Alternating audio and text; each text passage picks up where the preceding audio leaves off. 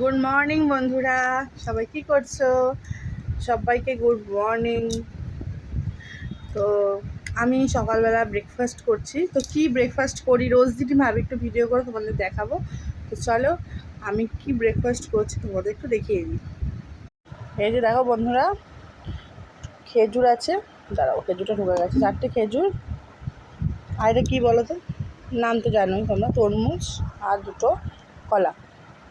এটাই আমার সকালের ব্রেকফাস্ট। যেহেতু আমি এখন যোগা করতে যাই, আজকে আর অন্য ফল নেই, আছে আরও ফল আছে, ওটা কাটতে হবে।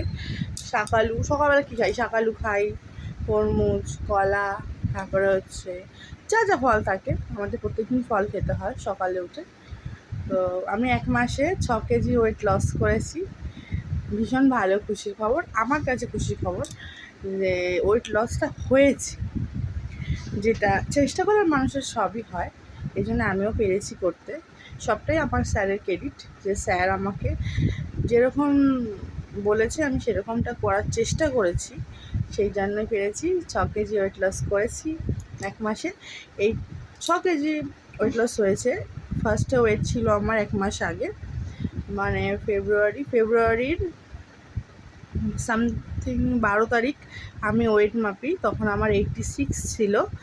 আর মার্চের 12 তারিখে ওয়েট মেপেছি আমার 79, এই সামথিং 80 এরকম। যেহেতু যোগা করার পর ওয়েটটা মেপেছিলাম, স্যার বলেছে অনেক অক্সিজেন ঢুকে গেছে, তাই জন্য একটু ওয়েটটা বেশি দেখাচ্ছে, ওই 5-6 কিলো হবে সামথিং। যাই হোক, কমেছে, যে এটাই আমার কাছে অনেক অনেক কিছু, যে আমি চেষ্টা করে পেরেছি।